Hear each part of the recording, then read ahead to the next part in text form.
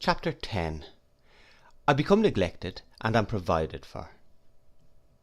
The first act of business Miss Murdstone performed when the day of solemnity was over, and light was freely admitted into the house, was to give Peggotty a month's warning.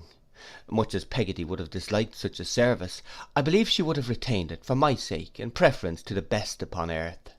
She told me we must part, and told me why, and we condoled with each other in all sincerity. As to me or my future, not a word was said, or a step taken. Happy they would have been, I dare say, if they could have dismissed me at a month's warning too. I mustered courage once to ask Miss Murdstone when I was going back to school, and she answered drily she believed I was not going back at all. I was told nothing more. I was very anxious to know what was going to be done with me, and so was Peggotty, but neither she nor I could pick up any information on the subject. There was one change in my condition which, while it relieved me of a great deal of present uneasiness, might have made me, if I had been capable of considering it closely, yet more uncomfortable about the future. It was this: the constraint that had been put upon me was quite abandoned. I was so far from being required to keep my dull post in the parlour, that on several occasions when I took my seat there, Miss Murdstone frowned to me to go away. I was so far from being warned off from Peggotty's society, that provided I was not in Mr. Murdstone's, I was never sought out or inquired for. At first I was in daily dread of his taking my education in hand again, or of Miss Murdstone's devoting herself to it. But I soon began to think that such fears were groundless, and that all I had to anticipate was neglect. I did not conceive that this discovery gave me much pain then. I was still giddy with the shock of my mother's death, and in a kind of stunned state as to all tributary things. I can recollect indeed to have speculated at odd times on the possibility of my not being taught any more, or cared for any more, and growing up to be a shabby moody man lounging an idle life away about the village, as well as on the feasibility of my getting rid of this picture by going away somewhere, like the hero in a story, to seek my fortune. But these were transient visions, daydreams I sat looking at sometimes, as if they were faintly painted or written on the wall of my room, and which, as they melted away, left the wall blank again. "Peggotty," I said in a thoughtful whisper one evening, when I was warming my hands at the kitchen fire, "Mr. Murdstone likes me less than he used to. He never liked me much, Peggotty, but he would rather not even see me now, if he can help it." "Perhaps it's his sorrow," said Peggotty, stroking my hair. "I am sure, Peggotty, I am sorry too. If I believed it was his sorrow, I should not think of it at all, but it's not that. Oh no, it's not that." "How do you know it's not that?" said Peggotty after a silence. "Oh, his sorrow is another and quite a different thing. He is sorry at this moment, sitting by the fireside with Miss Murdstone, but if I was to go in, Peggotty, he would be something besides." "What would he be?" said Peggotty. "Angry," I answered with an involuntary imitation of his dark frown. "If he was only sorry, he wouldn't look at me as he does. I am only sorry, and it makes me feel kinder." Peggotty said nothing for a little while, and I warmed my hands as silent as she. "Davy," she said at length. "Yes, Peggotty." "I have tried, my dear, all ways I could think of, all the ways there are, and all the ways there ain't, in short, to get a suitable service here in Blunderstone, but there's no such a thing, my love." "And what do you mean to do, Peggotty?"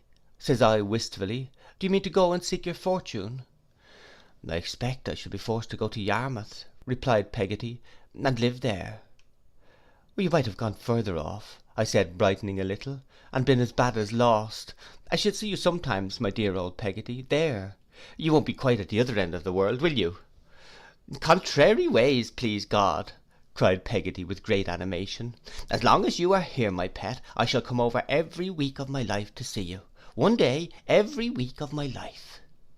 I felt a great weight taken off my mind by this promise, but even this was not all, for Peggotty went on to say, "I'm a-going, Davy, you see, to my brother's first, for another fortnight's visit, just till I have had time to look about me, and to get something like myself again. Now, I have been thinking that perhaps, as they don't want you here at present, you might be let to go along with me. If anything short of being in a different relation to every one about me, Peggotty excepted, could have given me a sense of pleasure at that time, it would have been this project of all others.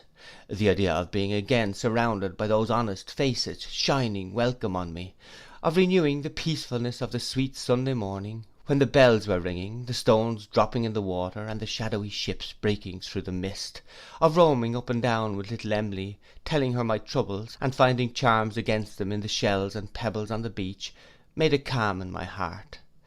It was ruffled next moment, to be sure, by a doubt of Miss Murdstone's giving her consent, but even that was set at rest soon, for she came out to take an evening grope in the store closet, while we were yet in conversation, and Peggotty, with a boldness that amazed me, broached the topic on the spot. "The boy will be idle there," said Miss Murdstone, looking into a pickle jar, "and idleness is the root of all evil. But to be sure, he would be idle here, or anywhere, in my opinion."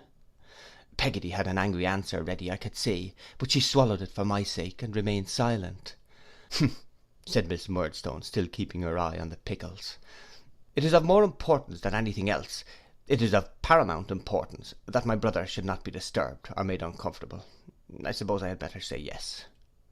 I thanked her, without making any demonstration of joy, lest it should induce her to withdraw her assent, nor could I help thinking this a prudent course, since she looked at me out of the pickle jar with as great an access of sourness as if her black eyes had absorbed its contents.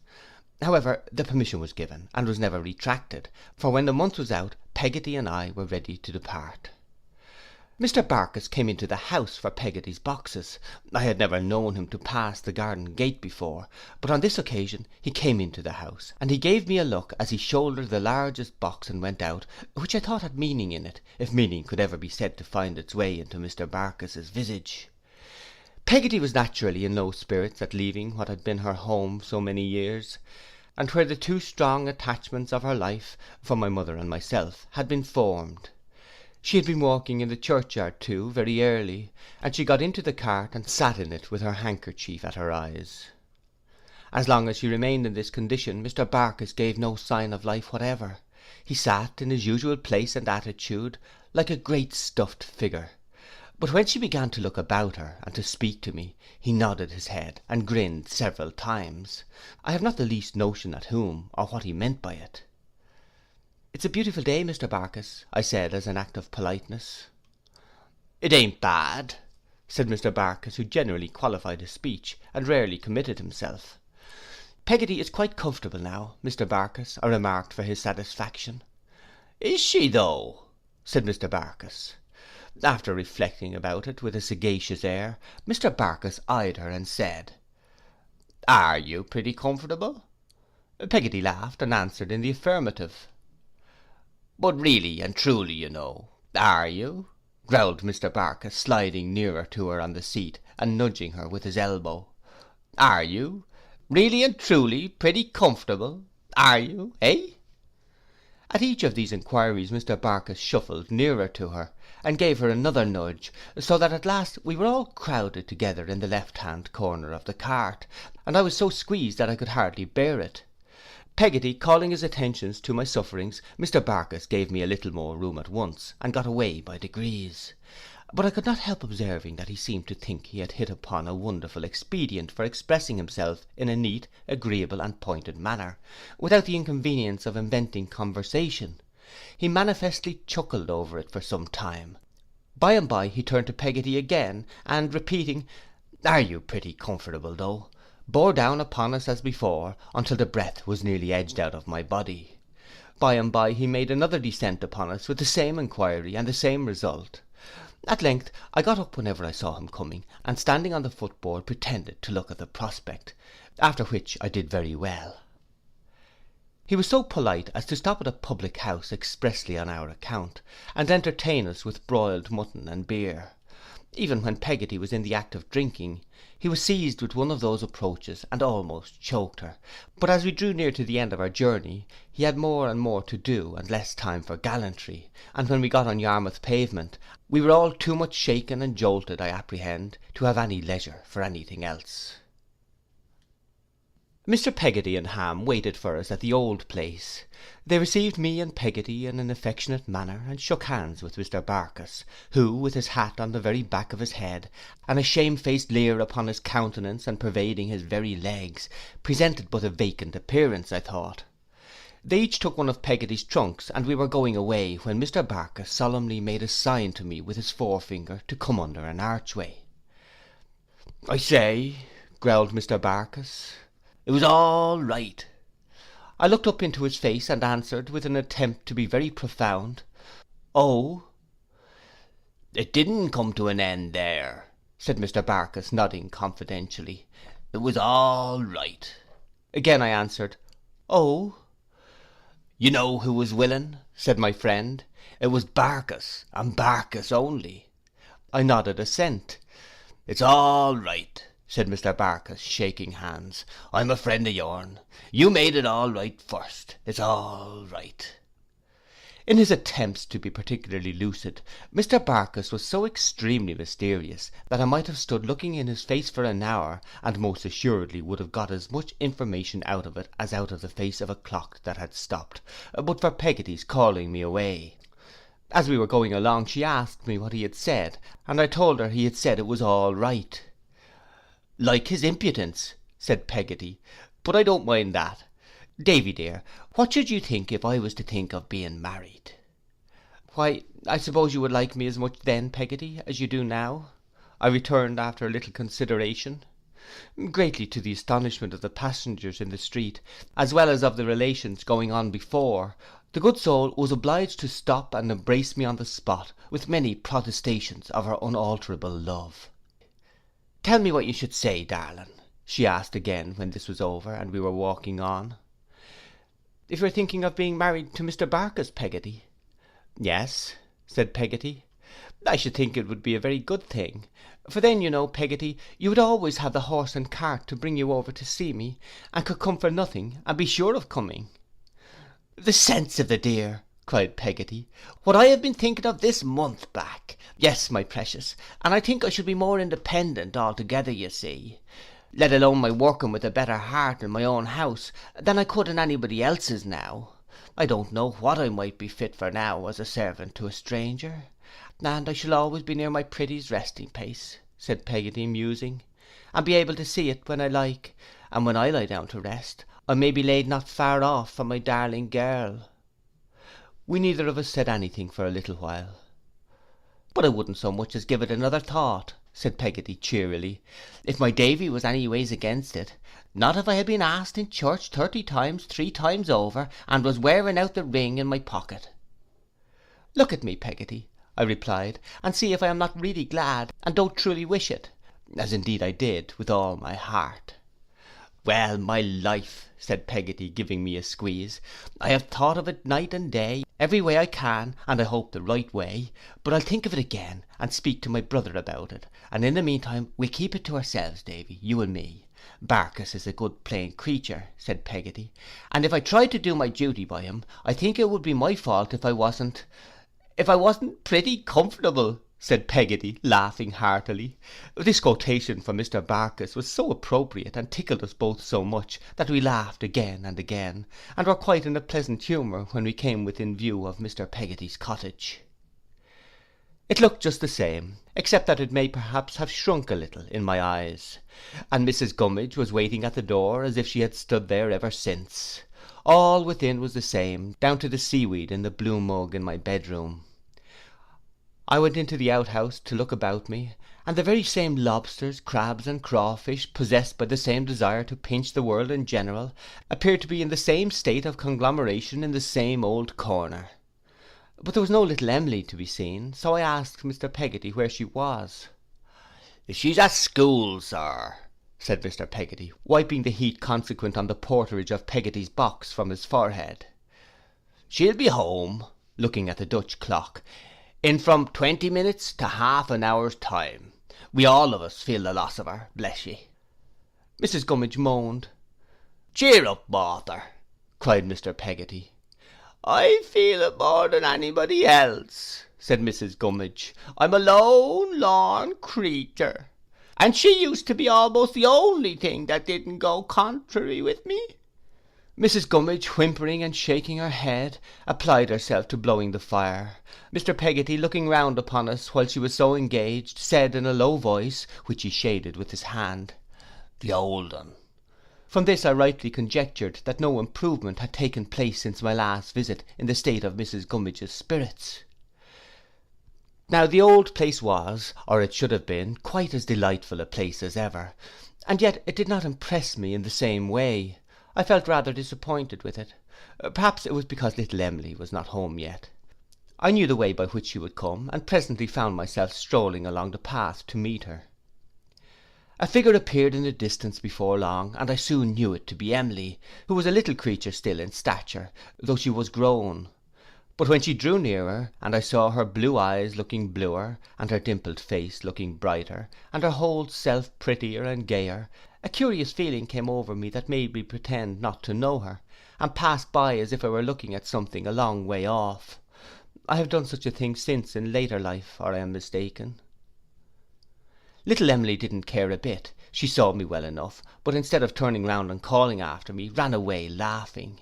This obliged me to run after her, and she ran so fast that we were very near the cottage before I caught her. "Oh, it's you, is it?" said little Emily. "Why, you knew who it was, Emily," said I. "And didn't you know who it was?" said Emily. I was going to kiss her, but she covered her cherry lips with her hands, and said she wasn't a baby now, and ran away, laughing more than ever, into the house.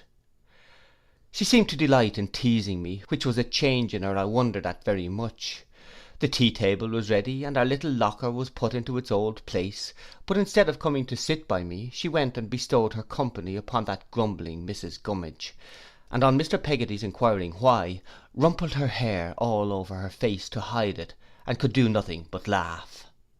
"A little puss it is," said Mr. Peggotty, patting her with his great hand. "So she is, so she is," cried Ham. "Master Davy Bore, so she is." And he sat and chuckled at her for some time, in a state of mingled admiration and delight, that made his face a burning red. Little Emily was spoiled by them all, in fact, and by no one more than Mr. Peggotty himself, whom she could have coaxed into anything by only going and laying her cheek against his rough whisker.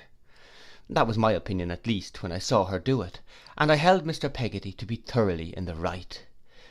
But she was so affectionate and sweet-natured, and had such a pleasant manner of being both sly and shy at once, that she captivated me more than ever. She was tender-hearted too, for when, as we sat round the fire after tea, an allusion was made by Mr. Peggotty over his pipe to the loss I had sustained, the tears stood in her eyes, and she looked at me so kindly across the table, that I felt quite thankful to her.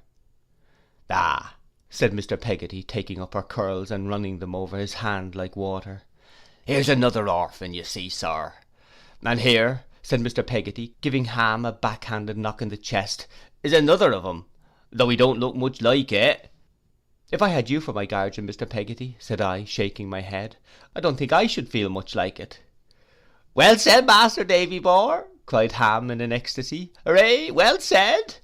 No more you wouldn't, ha ha." Here he returned Mr. Peggotty's backhander, and little Emily got up and kissed Mr. Peggotty.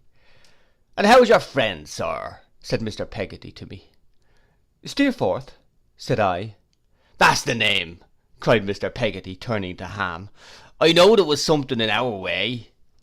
"You said it was Rutherford," observed Ham, laughing. "Well," retorted Mr. Peggotty, "and you steer with a rudder, don't ye? And it ain't far off. How is he, sir?" "He was very well indeed when I came away, Mr. Peggotty." "There's a friend," said Mr. Peggotty, stretching out his pipe. "There's a friend, if you talk of friends. Why, Lord love my heart alive, if it ain't a treat to look at him." "He is very handsome, is he not?" said I, my heart warming with this praise. "Handsome!" cried Mr. Peggotty. "He stands up to you why, I don't know what he don't stand up to you like. He's so bold." "Yes, that's just his character," said I. "He's as brave as a lion, and you can't think how frank he is, Mr. Peggotty." "And I do suppose now," said Mr. Peggotty, looking at me through the smoke of his pipe, "that in the way of book learning, he'd take the wind out of almost anything." "Yes," said I, delighted, "he knows everything. He is astonishingly clever." "There's a friend," murmured Mr. Peggotty, with a grave toss of his head. "Nothing seems to cost him any trouble," I said. "He knows a task if he only looks at it. He's the best cricketer you ever saw. He will give you almost as many men as you like at draughts, and beat you easily." Mr. Peggotty gave his head another toss, as much as to say, "Of course he will." "He's such a speaker," I pursued, "that he can win anybody over, and I don't know what you'd say if you were to hear him sing, Mr. Peggotty." Mr. Peggotty gave his head another toss, as much as to say, "I have no doubt of it." "Then he's such a generous, fine, noble fellow," said I, quite carried away with my favourite theme, "that it's hardly possible to give him as much praise as he deserves. I am sure I can never feel thankful enough for the generosity with which he has protected me, so much younger and lower in the school than himself." I was running on very fast indeed, when my eyes rested on little Emily's face, which was bent forward over the table, listening with the deepest attention, her breath held, her blue eyes sparkling like jewels, and the colour mantling in her cheeks. She looked so extraordinarily earnest and pretty, that I stopped in a sort of wonder, and they all observed her at the same time, for as I stopped, they laughed and looked at her. "Emily's like me," said Peggotty, "and would like to see him." Emily was confused by our all observing her, and hung down her head, and her face was covered with blushes. Glancing up presently through her stray curls, and seeing that we were all looking at her still, I am sure I for one could have looked at her for hours, she ran away, and kept away till it was nearly bedtime. I lay down in the old little bed in the stern of the boat, and the wind came moaning on across the flat as it had done before. But I could not help fancying now that it moaned of those who were gone, and instead of thinking that the sea might rise in the night and float the boat away, I thought of the sea that had risen, since I last heard those sounds, and drowned my happy home. I recollect, as the wind and water began to sound fainter in my ears, putting a sort of clause into my prayers, petitioning that I might grow up to marry little Emily, and so dropping lovingly asleep. The days passed pretty much as they had passed before, except, it was a great exception, that little Emily and I seldom wandered on the beach now. She had tasks to learn and needlework to do, and was absent during a great part of each day. But I felt that we should not have had those old wanderings, even if it had been otherwise. Wild and full of childish whims as Emily was, she was more of a little woman than I had supposed. She seemed to have got a great distance away from me in a little more than a year. She liked me, but she laughed at me, and tormented me, and when I went to meet her, stole home another way, and was laughing at the door when I came back disappointed. The best times were when she sat quietly at work in the doorway, and I sat on the wooden step at her feet, reading to her. It seems to me, at this hour, that I have never seen such sunlight as on those bright April afternoons, that I have never seen such a sunny little figure as I used to see, sitting in the doorway of the old boat, that I have never beheld such a sky, such water, such glorified ships sailing away into golden air.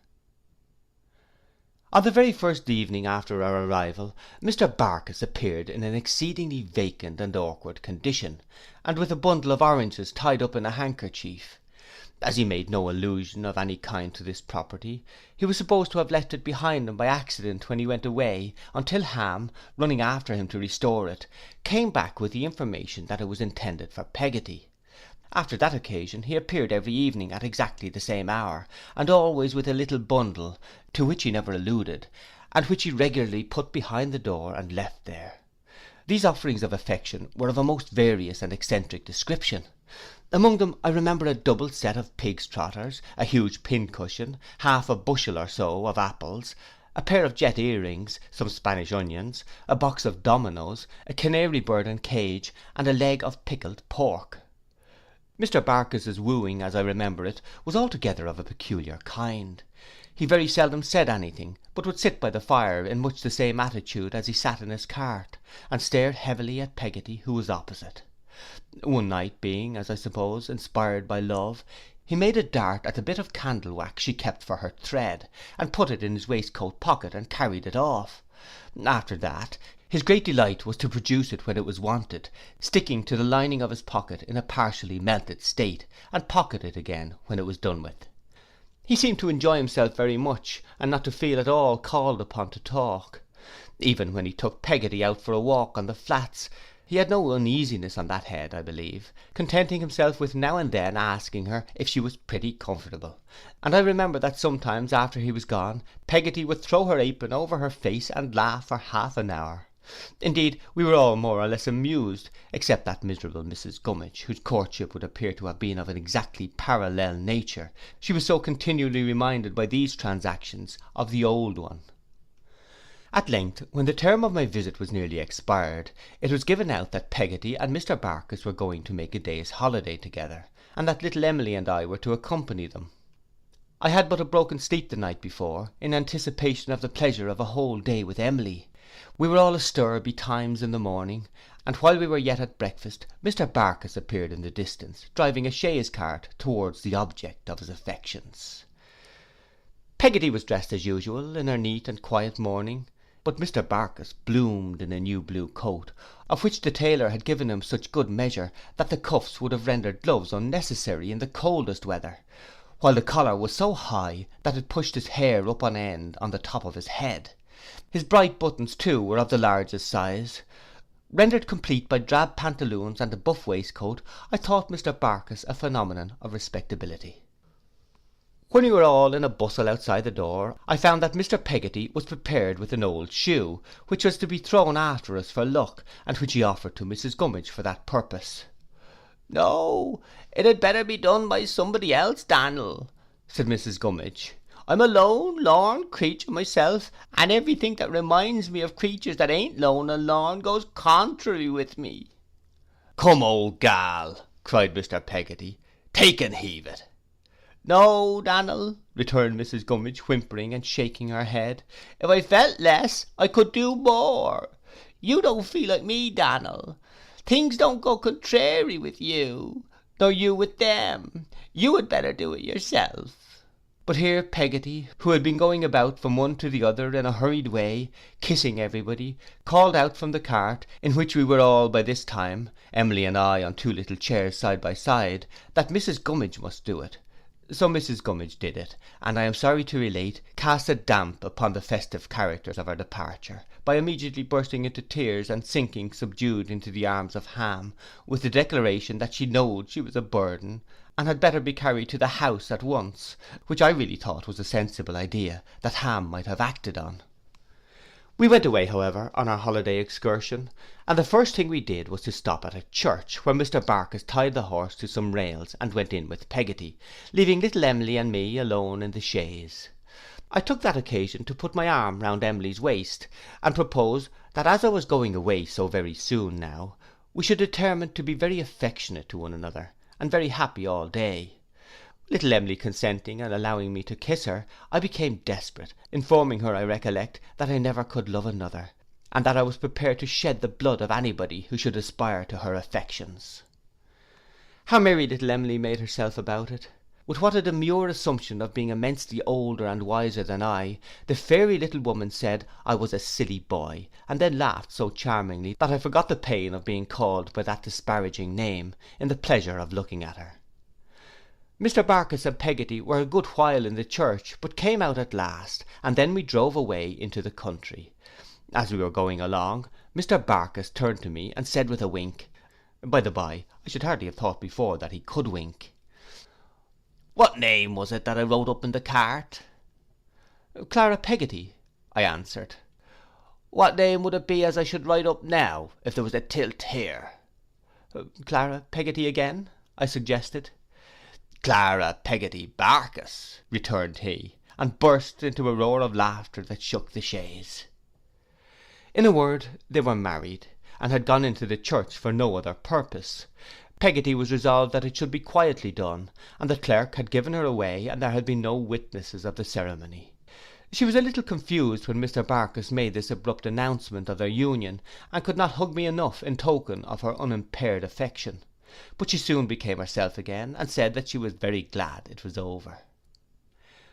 We drove to a little inn in a by road where we were expected, and where we had a very comfortable dinner, and passed the day with great satisfaction.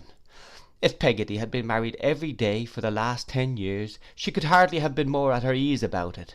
It made no sort of difference in her. She was just the same as ever, and went out for a stroll with little Emily and me before tea, while Mr. Barkis philosophically smoked his pipe, and enjoyed himself, I suppose, with the contemplation of his happiness.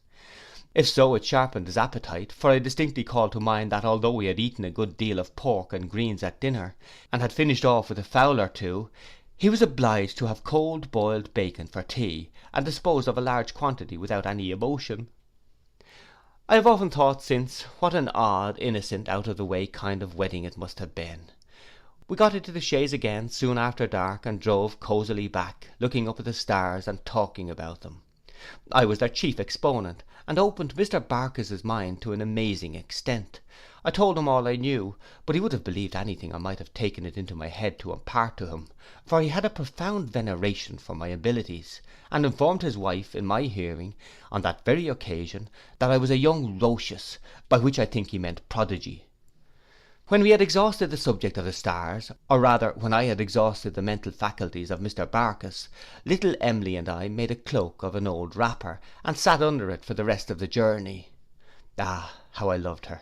What happiness, I thought, if we were married, and we were going away anywhere to live among the trees and in the fields, never growing older, never growing wiser, children ever, rambling hand in hand through sunshine and among flowery meadows, laying down our heads on moss at night, in a sweet sleep of purity and peace, and buried by the birds when we were dead.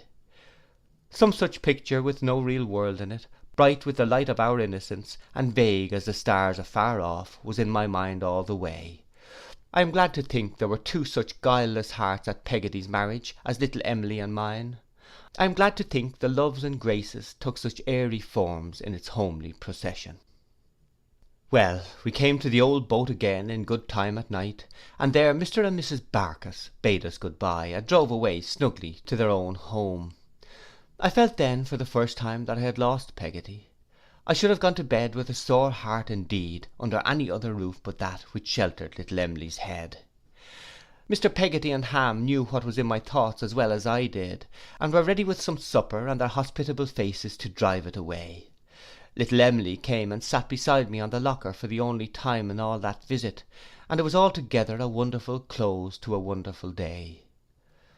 It was a night tide, and soon after we went to bed Mr. Peggotty and Ham went out to fish.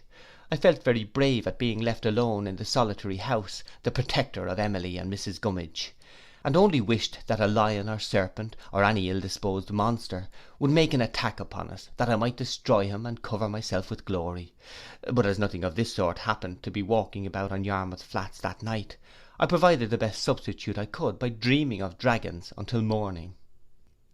With morning came Peggotty, who called to see me as usual under my window, as if Mr. Barkis the carrier had been from first to last a dream too.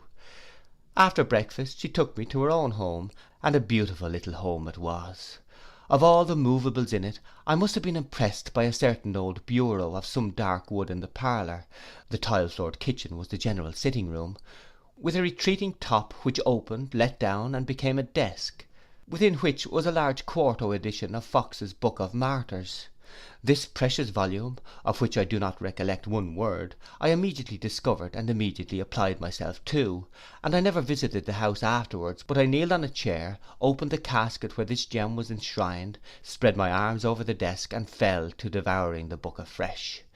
I was chiefly edified, I am afraid, by the pictures, which were numerous and represented all kinds of dismal horrors, but the Martyrs and Peggotty's house have been inseparable in my mind ever since, and are now. I took leave of Mr. Peggotty and Ham, and Mrs. Gummidge and little Emily that day, and passed the night at Peggotty's, in a little room in the roof, with the crocodile book on a shelf by the bed's head, which was to be always mine, Peggotty said, and should always be kept for me in exactly the same state. "Young or old, Davy dear, as long as I am alive, and I have this house over my head," said Peggotty, "you shall find it as if I expected you here directly any minute. I shall keep it every day as I used to keep your old little room, my darling, and if you was to go to China, you might think of it being kept just the same, all the time you were away." I felt the truth and constancy of my old dear nurse with all my heart, and thanked her as well as I could. That was not very well, for she spoke to me thus, with her arms round my neck, in the morning, and I was going home in the morning, and I went home in the morning, with herself and Mr. Barkis in the cart. They left me at the gate, not easily or lightly, and it was a strange sight to see the cart go on, taking Peggotty away, and leaving me under the old elm trees looking at the house, in which there was no face to look on mine with love or liking any more. And now I fell into a state of neglect, which I cannot look back upon without compassion. I fell at once into a solitary condition, apart from all friendly notice, apart from the society of all other boys of my own age, apart from all companionship but my own spiritless thoughts, which seems to cast its gloom upon this paper as I write. What would I have given to have been sent to the hardest school that ever was kept, to have been taught something, anyhow, anywhere? No such hope dawned upon me. They disliked me, and they sullenly, sternly, steadily overlooked me. I think Mr. Murdstone's means were straitened at about this time, but it is little to the purpose. He could not bear me, and in putting me from him, he tried, as I believe, to put away the notion that I had any claim upon him, and succeeded. I was not actively ill-used, I was not beaten or starved, but the wrong that was done to me had no intervals of relenting, and was done in a systematic, passionless manner. Day after day, week after week, month after month, I was coldly neglected. I wonder sometimes, when I think of it, what I would have done if I had been taken ill with an illness, whether I should have lain down in my lonely room and languished through it in my usual solitary way, or whether anybody would have helped me out. When Mr. and Mrs. Murdstone were at home, I took my meals with them. In their absence, I ate and drank by myself. At all times I lounged about the house and neighbourhood quite disregarded, except that they were jealous of my making any friends, thinking perhaps that if I did I might complain to someone. For this reason, though Mr. Chillip often asked me to go and see him, he was a widower, having some years before that lost a little small light-haired wife, whom I can just remember connecting in my own thoughts with a pale tortoise-shell cat. It was but seldom that I enjoyed the happiness of passing an afternoon in his closet of a surgery, reading some book that was new to me, with the smell of the whole pharmacopoeia coming up my nose, or pounding something in a mortar under his mild directions. For the same reason, added no doubt to the dislike of her, I was seldom allowed to visit Peggotty. Faithful to her promise, she either came to see me, or met me somewhere near, once every week, and never empty-handed. But many and bitter were the disappointments I had in being refused permission to pay a visit to her at her house. Some few times, however, at long intervals, I was allowed to go there, and then I found that Mr. Barkis was something of a miser, or, as Peggotty dutifully expressed it, was a little near, and kept a heap of money in a box under his bed, which he pretended was only full of coats and trousers. In this coffer his riches hid themselves with such a tenacious modesty, that the smallest instalments could be only tempted out by artifice, so that Peggotty had to prepare a long and elaborate scheme, a very gunpowder plot, for every Saturday's expenses. All this time I was so conscious of the waste of any promise I had given, and of my being utterly neglected, that I should have been perfectly miserable, I have no doubt, but for the old books. They were my only comfort, and I was as true to them as they were to me, and read them over and over, I don't know how many times more. I now approached a period in my life which I can never lose the remembrance of while I remember anything, and the recollection of which has often, without any invocation, come before me like a ghost, and haunted happier times. I had been out one day loitering somewhere in the listless, meditative manner that my way of life engendered, when, turning the corner of a lane near the house, I came upon Mr. Murdstone walking with a gentleman. I was confused, and was going by them, when the gentleman cried, "What, Brooks?" "No, sir, David Copperfield," I said. "Don't tell me, you are Brooks," said the gentleman. "You are Brooks of Sheffield, that's your name." At these words I observed the gentleman more attentively. His laugh coming to my remembrance too, I knew him to be Mr. Quinion, whom I had gone over to Lowestoft with Mr. Murdstone to see, before, it's no matter, I need not recall when. "And how do you get on, and where are you being educated, Brooks?" said Mr. Quinion. He had put his hand upon my shoulder, and turned me about to walk with him. I did not know what to reply, and glanced dubiously at Mr. Murdstone.